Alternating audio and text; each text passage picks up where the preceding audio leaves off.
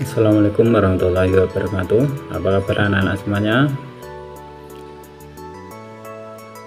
Pada kesempatan kali ini Bapak akan menyampaikan materi kelas 3 untuk Madrasah Ibtidaiyah dengan tema sholat berjamaah. Baik anak-anak, mari kita pelajari bersama-sama tentang sholat berjamaah.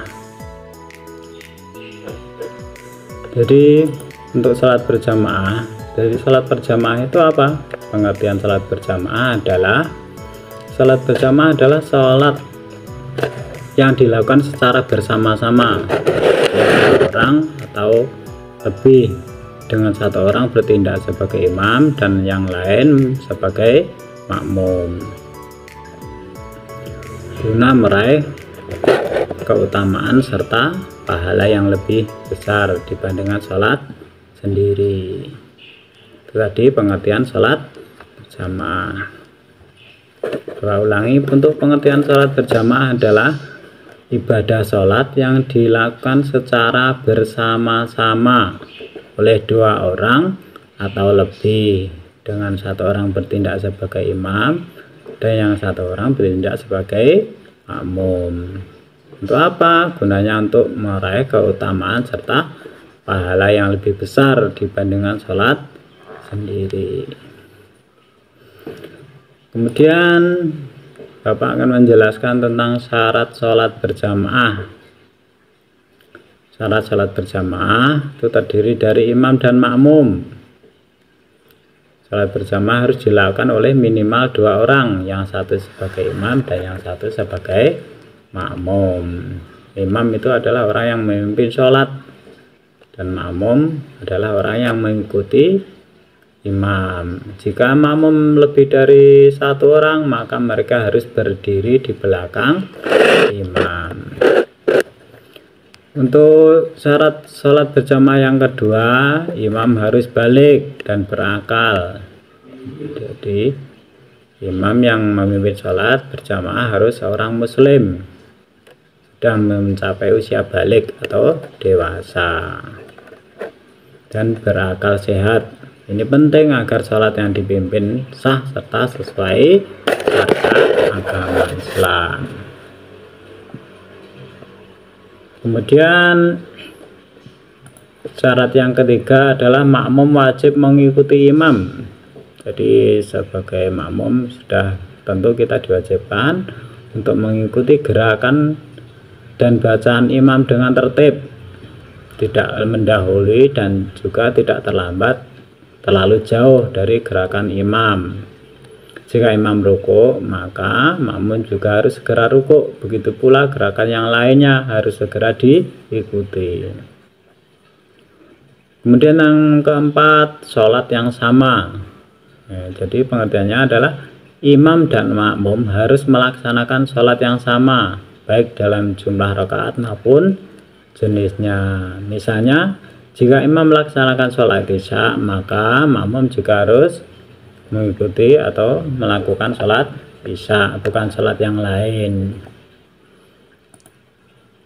Kemudian syarat yang kelima, berada dalam satu tempat. Makmum harus berada dalam satu tempat, satu lokasi dengan imam, tidak terpisah oleh jarak yang terlalu jauh. Jadi tidak ada penghalang yang menghambat hubungan sholat, seperti tembok yang besar yang menghalangi pandangan dan suara imam. Jika berjamaah di masjid, makmum sebaiknya berada di dalam area sholat yang masih terhubung dengan imam, jadi jaraknya tidak terlalu jauh. Yang keenam, posisi imam di depan makmum. Nah, ini syaratnya, imam harus berdiri lebih depan daripada makmum. Jika makmum hanya satu orang, ia berdiri di sebelah kanan imam, sedikit ke belakang. Tapi jika makmum lebih dari satu, mereka harus membentuk shaf atau barisan di belakang imam dengan rapi. Pengecualian berlaku bagi sholat berjamaah sesama wanita, di mana imam boleh berada di tengah shaf makmum. Kemudian rukun sholat berjamaah. Ini kita pelajari bersama. Rukun sholat berjamaah itu ada 11. Yang pertama niat. Jadi kita sebelum sholat harus membaca niat, itu wajib ya, itu rukun sholat. Yang kedua takbiratul ihram. Kemudian yang ketiga rukun sholat yang ketiga adalah berdiri bagi yang mampu. Maksudnya orang yang kondisinya sehat fisiknya, mampu berdiri, sholat dengan berdiri maka harus berdiri. Kemudian nomor 4 membaca Al-Fatihah. Nomor 5 ruku. Kemudian rukun yang nomor 6 iktidal. Kemudian rukun yang ke-7 sujud. Nomor 8 duduk di antara dua sujud. Nomor 9 tasyahud akhir. Kemudian nomor 10 salam, dan yang ke-11 adalah tertib. Itu tadi rukun salat ada 11. Kemudian ada lagi yang harus diperhatikan dalam sholat berjamaah, yaitu adab sholat berjamaah. Ini adab atau aturan ketika akan melaksanakan sholat berjamaah. Yang pertama adalah datang ke masjid lebih awal. Yang kedua, berwudu dengan sempurna. Ketiga, berjalan dengan tenang menuju shaf, tidak perlu lari ya. Kemudian nomor 4, merapikan dan meluruskan shaf atau barisan sholat, harus lurus dan rapi, rapat ya. Kemudian nomor 5, tidak mendahului atau terlambat dari gerakan imam. Kemudian yang ke-6, tidak berbicara atau melakukan hal yang mengganggu kekhusyuan dalam sholat ya. Jadi tidak boleh berbicara atau bergerak atau melakukan hal apapun yang mengganggu kekhusyuan dalam sholat berjamaah. Kemudian nomor 7, adab dalam sholat berjamaah adalah mengikuti imam dengan penuh ketertiban. Jadi ikuti segala gerakan imam dengan tertib. Kemudian ada sunnah dalam sholat berjamaah. Nah, ini dalam sholat berjamaah itu ada sunnahnya yang lebih baik dilakukan. Apa sunnah dalam sholat berjamaah? Yang pertama adalah mengumandangkan azan dan iqomah sebelum sholat. Jadi sebelum sholat berjamaah sebaiknya dikumandangkan azan dan iqomah. Yang nomor 2, membaca doa iftitah setelah takbiratul ihram. Itu disunahkan ya. Ketika masih ada waktu untuk membaca doa iftitah maka kita baca. Yang nomor 3, mengucapkan amin setelah imam membaca surat Al-Fatihah. Kemudian nomor 4, meluruskan dan merapatkan shaf sebelum takbiratul ihram. Jadi ketika sebelum imam membaca takbiratul ihram, kita sebagai makmum harus meluruskan dan merapatkan shaf biar rapi dan nanti tertib. Yang nomor 5, sholat di shaf pertama bagi laki-laki dan shaf terakhir bagi perempuan. Jadi untuk laki-laki, jamaah laki-laki itu sunahnya di bagian depan ya, bukan di belakang shaf makmum wanita. Jadi sebagai laki-laki shafnya harus di depan. Nomor 6, membaca zikir dan doa setelah sholat.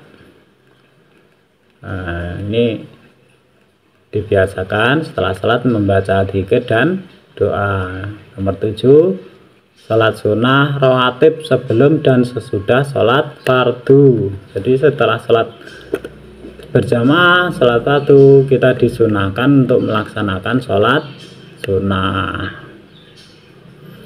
Kemudian Untuk yang terakhir kita pelajari bersama keutamaan sholat berjamaah. Keutamaan sholat berjamaah adalah yang pertama, mendapatkan pahala 27 derajat lebih tinggi dibandingkan sholat sendiri. Kemudian yang kedua, meningkatkan ukhuwah Islamiyah, persaudaraan antara sesama muslim. Jadi ketika sholat berjamaah dilakukan bersama-sama di masjid, maka itu meningkatkan rasa persaudaraan kita dengan sesama muslim yang lain. Kemudian nomor 3, mendapatkan doa dan keberkahan dari malaikat. Yang keempat, menjadi tanda keimanan yang kuat. Yang kelima, keutamaan sholat berjamaah adalah melatih disiplin dan ketertiban dalam beribadah. Nah, jadi ketika sholat berjamaah sudah tentu kita akan secara otomatis melatih kedisiplinan kita dan ketertiban dalam beribadah, karena biasanya sholat berjamaah itu selalu tepat waktu. Kemudian yang keenam, menghapus dosa dan meningkatkan derajat di sisi Allah. Sudah tentu ketika sholat berjamaah bersama-sama, derajat kita lebih tinggi, akan ditinggikan di sisi Allah Subhanahu wa Ta'ala. Kemudian yang ketujuh, menghindarkan diri dari sifat malas dan godaan setan. Jadi akan membiasakan diri terhindar dari sifat malas dan godaan setan ketika kita mengutamakan sholat berjamaah. Dan yang nomor 8, memakmurkan masjid sebagai tempat ibadah. Jadi ada masjid yang besar, megah, kita makmurkan dengan cara sholat berjamaah. Kemudian yang nomor 9, dicatat sebagai ibadah yang lebih sempurna di sisi Allah. Nah, ini bedanya dengan sholat yang sendiri. Kemudian yang nomor 10, mendapatkan perlindungan Allah di hari kiamat. Nah, ini anak-anak keutamaan sholat berjamaah. Jadi sangat banyak sekali keutamaan yang kita dapatkan jika kita melakukan sholat berjamaah. Maka dari itu mari bersama kita biasakan untuk mengikuti sholat berjamaah. Demikian tadi anak-anak materi sholat berjamaah untuk kelas 3 MI. Semoga bermanfaat dan anak bisa memahami materi yang Bapak sampaikan. Sekian dari Bapak. Assalamualaikum warahmatullahi wabarakatuh.